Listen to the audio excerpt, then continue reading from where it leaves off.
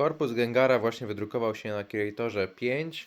Wydruk miał trwać 14 godzin niecałe, a się skończył po 11 godzinach 14 minutach, więc po mniej niż w Slicerze.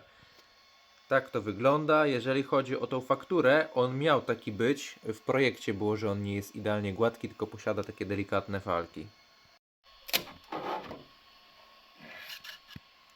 Mamy wielkiego Gengara, czas go oczyścić.